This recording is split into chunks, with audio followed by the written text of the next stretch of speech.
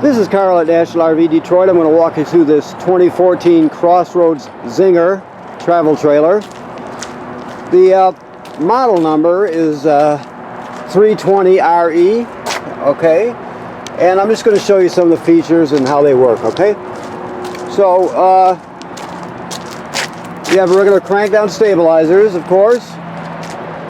This one has a slide topper on this slide. You have a power awning here with an LED strip. That's just power, 120 AC. Let's see what else we have here. If this might be locked, I guess it is. Okay.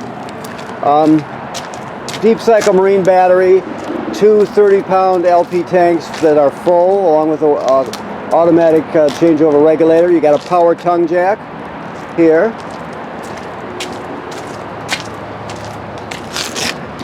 Okay, we can look from this side.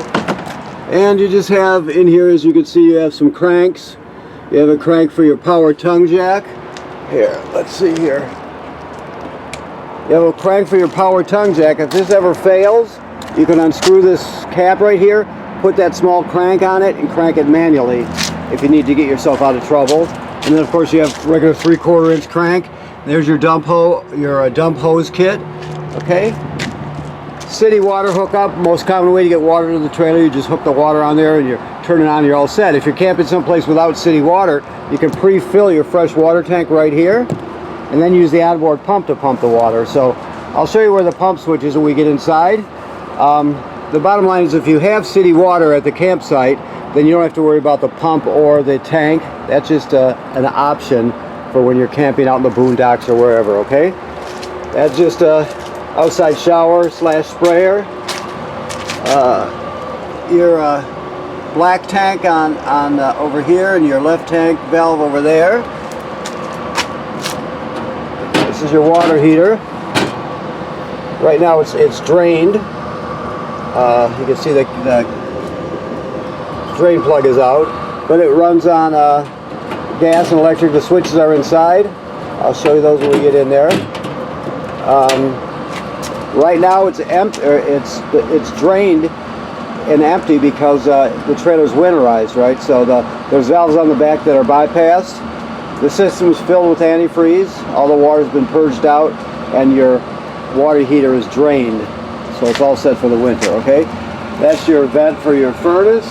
Another slide topper on this slide. Okay, that's the vent for the range hood. This is just a service panel for your refrigerator.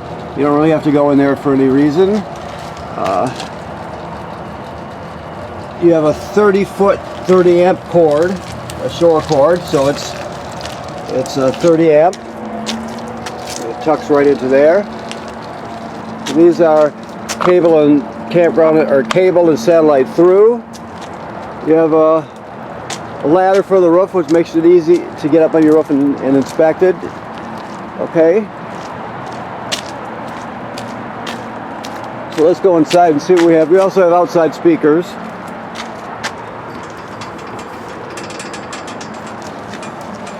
Okay. So, keys are hanging here. Let me get some more light in here. Let's see where the switches are. Okay.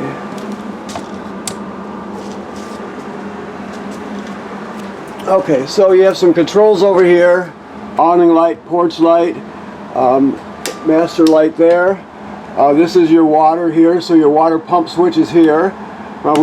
We talked about you use that water pump switch, or the water pump, to pump water out of the fresh water tank if you're camping someplace without city water. You also use that water pump to winterize the trailer also. So two different main functions for the water pump. Light your water heater on gas, it's right here. To turn on electric, it's right here. Never run the water heater without water in the water heater tank. So it's empty right now. You just have to remember, anytime you drain it, before you start using this again, you have to fill it up. That's important, obviously. And then you have your slide rooms and your power awning here. Okay? Never leave the power awning out unattended. If you're not going to be at the campsite, roll it in. Okay? Well, I'm kind of fogged up here. I can see from the, my lens is foggy here. Okay, well, you can still see it sorta, good enough. This is just an analog thermostat. You leave the fan on auto, and then of course click to the right for heat. Click to the left of off is fan. Fan is just your air conditioner running without the compressor. Then 2 clicks from off to the left is your air conditioning. Okay, very simple analog thermostat. This is your LP detector here. If it's not green, make sure you get it serviced. Okay, if it's not green, get it replaced.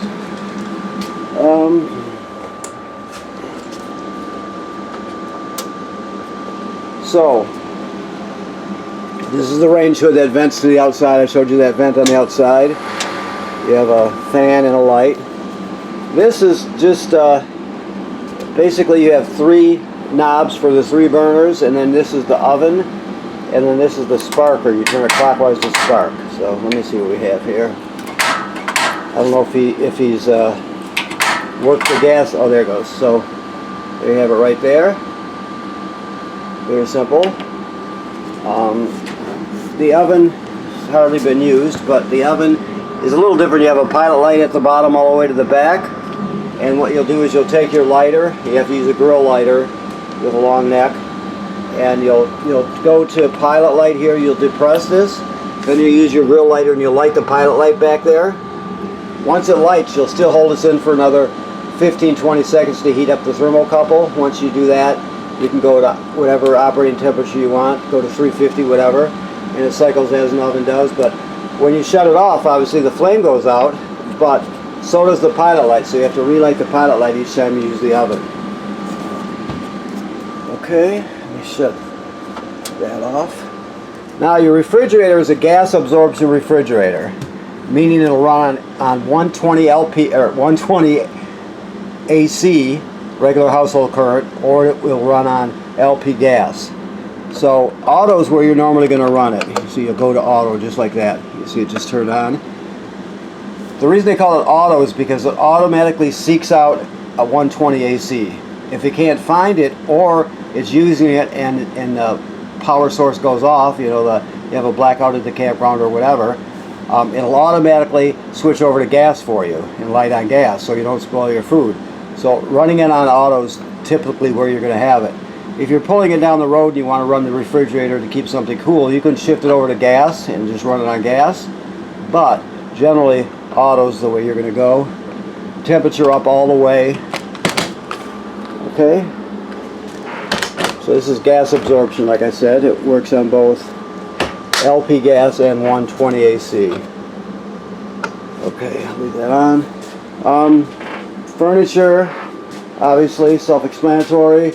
Now this has a televator, I believe. Yes, I don't know where the switch is at, of course. Let me just make an attempt to find it. If I can't, we'll have to show you. Oh, there it is right there, I think. Where is it?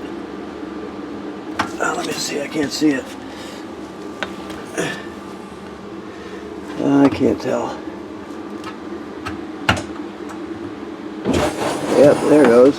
Okay, so this button is right back there. You can't see it very well, but it's right there. See, it elevated the TV. Hence the name Televator. I think James Bond had one of those. Okay, so you can drop the table down and you can turn this into a bed if you choose to.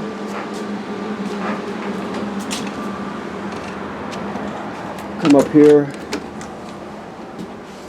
to the bathroom. Okay, so this is a GFCI here, this plug. All the plugs in the trailer are wired through a GFCI, even if it's a regular plug like the one outside I showed you, or you just saw another one somewhere. Over here there's 2 of them. You can see they're just regular plugs, right? But they're still wired through that GFCI. So if you're using something outside that pops, you're still going to reset it at this GFCI. If you ever can't get your receptacle stop working, first thing you're going to do is come in and check your master GFCI to make sure it didn't trip. The toilet is typical of an RV trailer toilet. It sits right over a black tank. So you can't use it dry. So when you pull into the campground, you hook up your power and your water, then you're going to drop a dose of chemical right in the bowl. And then you'll stand on the pedal and hold it down long enough to put at least a gallon of water in the tank along with the chemical. You can use more than a gallon of water, but don't use less. And you're all set. If you don't do that, if you use it dry without chemical and water, then it'll get clogged up, it'll smell terrible, it'll just be a real mess. So make sure you use a dose of chemical and at least a gallon of water. Your shower looks like any other shower. Make sure you latch it when you're traveling. More storage. Your door straps, locks with a strap. Let me see if there's a, oh, there it is. Okay, so you have an emergency escape window here. That works like they all do. You push this up, push it out all the way through, and then you grab a hold of this tab and pull the screen out, and you can escape in an emergency. Okay, I'll get that back in when I got two hands to work with it. Your TV hookup here, and then you have a mounting bracket here, or a backing plate for a TV bracket, I should say. Okay. All right. Some storage under the bed, and then cupboards, and you know what you would typically see. All right. Okay, so I think that about covers it. So I want to thank you for purchasing your trailer here at National RV Detroit. Please remember that this is winterized right now. The water's been purged out of the system and replaced with antifreeze. Your water heater is bypassed and it's empty right now. Never run the water heater without water in the tank, okay?